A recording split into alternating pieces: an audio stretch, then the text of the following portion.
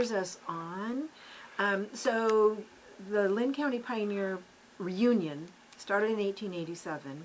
Mm-hmm. In 1888, on the Register of Minutes, what I ended up doing is transcribing all the minutes of the meetings and of the events.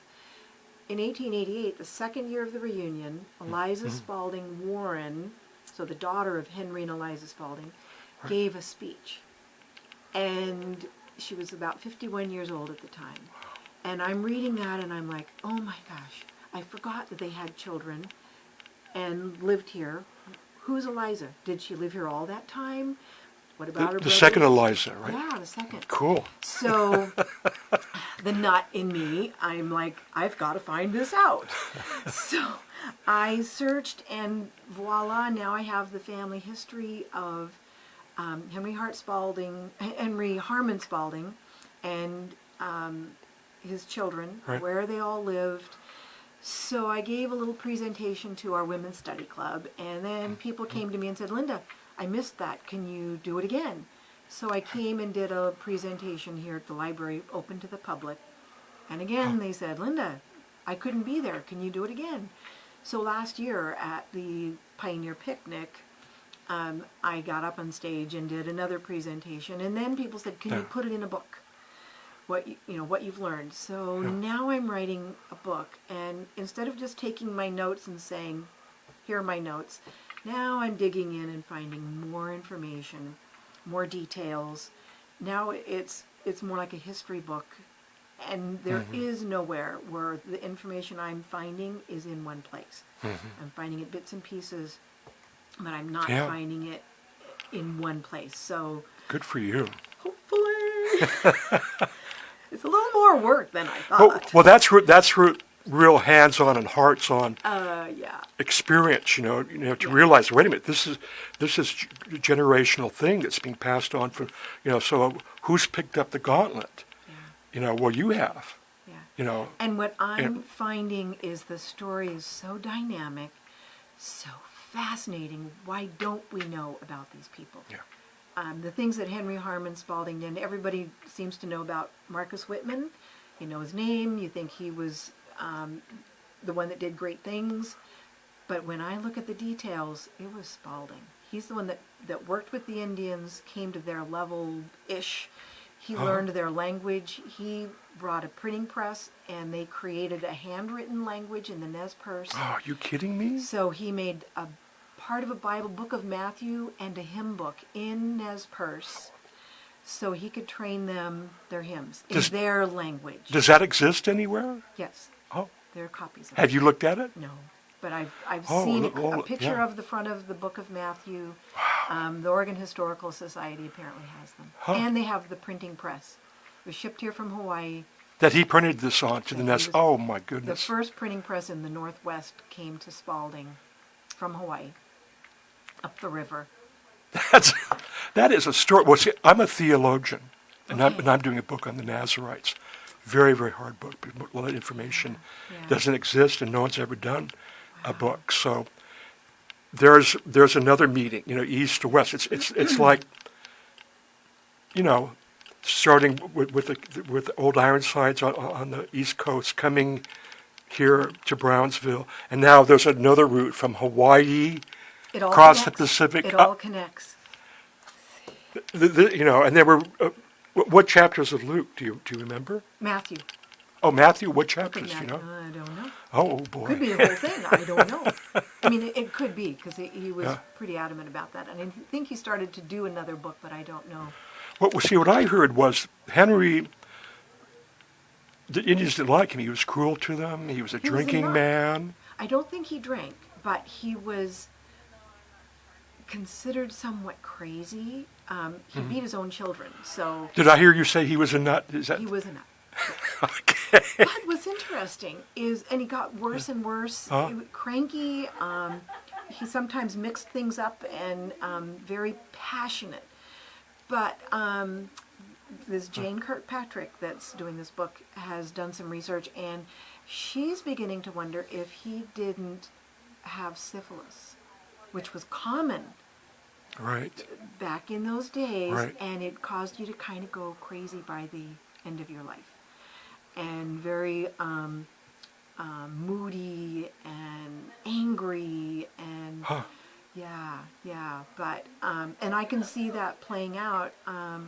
Well, Nice to have an excuse, but well, a lot of so-called crazy, nutty people have done a lot in this world because they're driven by their madness. I'm an artist and a poet, and and if you're not a mad poet, according to Aristotle and those people, then you don't got the right stuff. right. But this man was he wanted to be there for those Indians.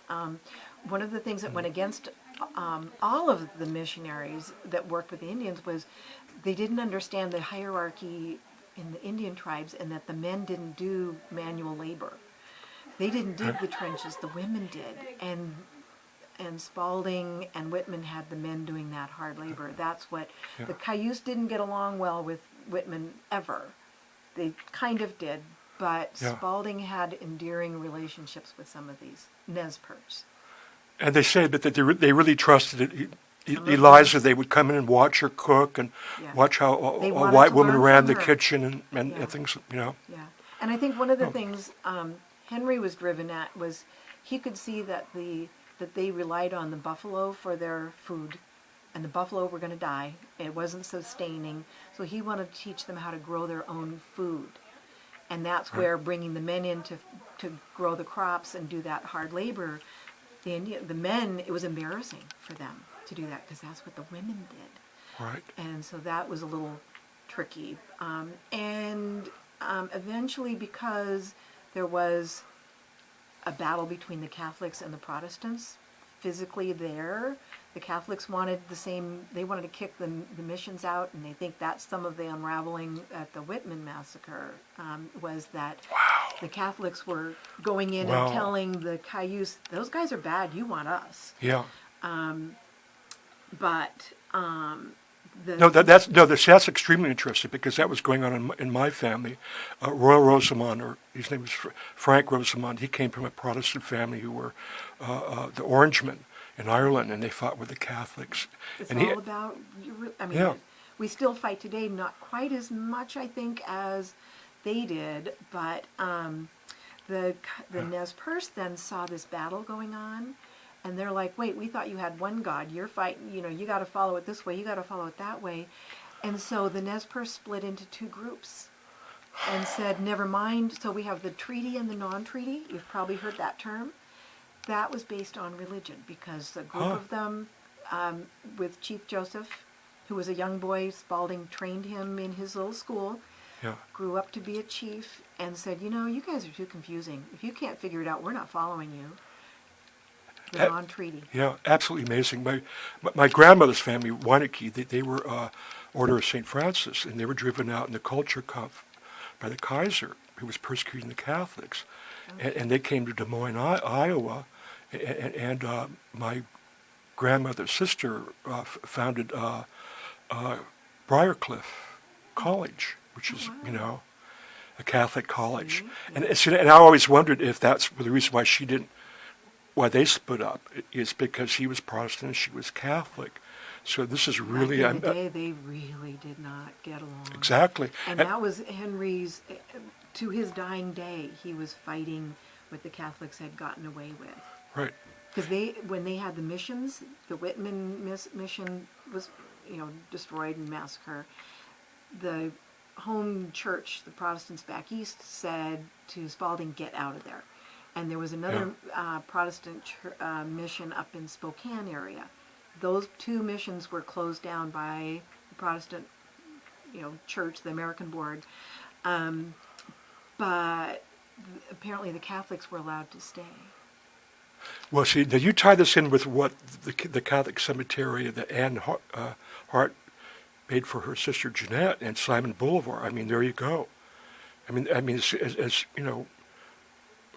the people that found America were in religious conflict in Europe. That's why they came. And they brought it here. That's why they came. And it kept going and keeps going. And that conflict marched all, all across this country, and here it is in Brownsville, and you and I are having this conversation. Yeah. And as a theologian, and the